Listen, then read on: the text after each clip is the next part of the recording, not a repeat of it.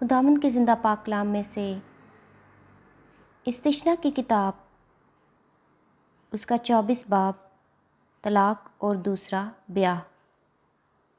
اگر کوئی مرد کسی عورت سے بیاہ کرے اور پیچھے اس میں کوئی ایسی بیہودہ بات پائے جس سے اس عورت کی طرف اس کی التفات نہ رہے تو وہ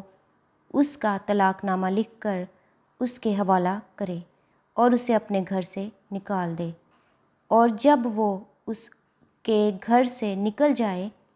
تو وہ دوسرے مرد کی ہو سکتی ہے، پر اگر دوسرا شوہر بھی اس سے ناخوش رہے اور اس کا طلاق نامہ لکھ کر اس کے حوالہ کرے اور اسے اپنے گھر سے نکال دے، یا وہ دوسرا شوہر جس نے اس سے بیاہ کیا ہو مر جائے، تو اس کا پہلا شوہر جس نے اسے نکال دیا تھا اس عورت کے ناپاک ہو جانے کے بعد پھر اس سے بیاہ نہ کرنے پائے، کیونکہ ایسا کام خداوند کے نزدیک مکروہ ہے۔ سو تو اس ملک کو جس سے خداوند تیرا خدا میراث کے طور پر تجھ کو دیتا ہے گنہگار نہ بنانا۔ مختلف قواعد و ضوابط۔ جب کسی نے کوئی نئی عورت بیاہی ہو تو وہ جنگ کے لیے نہ جائے اور نہ کوئی کام اس کے سپرد ہو، وہ سال بھر تک اپنے ہی گھر میں آزاد رہ کر اپنی بیاہی ہوئی بیوی کو خوش رکھے، کوئی شخص چکی کو یا اس کے اوپر کے پارٹ کو گرو نہ رکھے، کیونکہ یہ تو گویا آدمی کی جان کو گرو رکھنا ہے۔ اگر کوئی شخص اپنے اسرائیلی بھائیوں میں سے کسی کو غلام بنائے یا بیچنے کی نیت سے چراتا ہوا پکڑا جائے تو وہ چور مار ڈالا جائے۔ یوں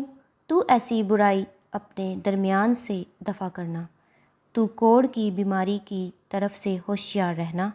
اور لاوی کاہنوں کی سب باتوں کو جو وہ تم کو بتائیں جان فشانی سے ماننا اور ان کے مطابق عمل کرنا، جیسا میں نے ان کو حکم کیا ہے ویسا ہی دھیان سے دے کر کرنا۔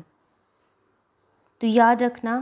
کہ خداوند تیرے خدا نے جب تم مصر سے نکل کر آ رہے تھے تو راستہ میں مریم سے کیا کیا۔ جب تو اپنے بھائی کو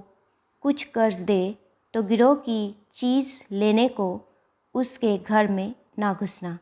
تو باہر ہی کھڑے رہنا، اور وہ شخص جسے تو قرض دے خود گروہ کی چیز باہر تیرے پاس لائے، اور اگر وہ شخص مسکین ہو تو اس کی گروہ کی چیز کو پاس رکھ کر سو نہ جانا، بلکہ جب آفتاب غروب ہونے لگے تو اس کی چیز اسے پھیر دینا، تاکہ وہ اپنا اوڑھنا اوڑھ کر سوئے اور تجھ کو دعا دے، اور یہ بات تیرے لیے خداوند تیرے خدا کے حضور راست بازی ٹھہرے گی۔ تو اپنے غریب اور محتاج خادم پر ظلم نہ کرنا،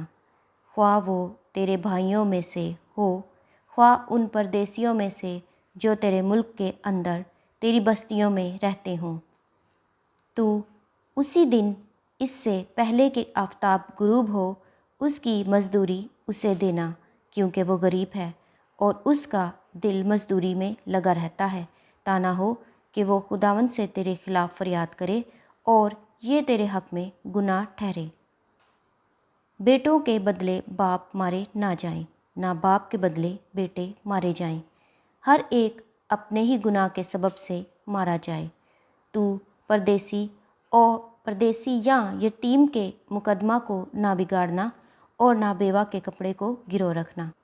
بلکہ یاد رکھنا کہ تو مصر میں غلام تھا اور خداوند تیرے خدا نے تجھ کو وہاں سے چھڑایا، اسی لیے میں تجھ کو اس کام کے کرنے کا حکم دیتا ہوں۔ جب تو اپنے کھیت کی فصل کاٹے اور کوئی پولا کھیت میں بھول سے رہ جائے تو اس کے لینے کو واپس نہ جانا، وہ پردیسی اور یتیم اور بیوہ کے لیے رہے، تاکہ خداوند تیرا خدا تیرے سب کاموں میں جن کو تو ہاتھ لگائے تجھ کو برکت بخشے۔ جب تو اپنے زیتون کے درخت کو جھاڑے تو اس کے بعد اس کی شاخوں کو دوبارہ نہ جھاڑنا، بلکہ وہ پردیسی اور یتیم اور بیوہ کے لیے رہے۔ جب تو اپنے پاکستان کے انگوروں کو جمع کرے تو اس کے بعد اس کا دانہ دانہ نہ توڑ لینا، وہ پردیسی اور یتیم اور بیوہ کے لیے رہے۔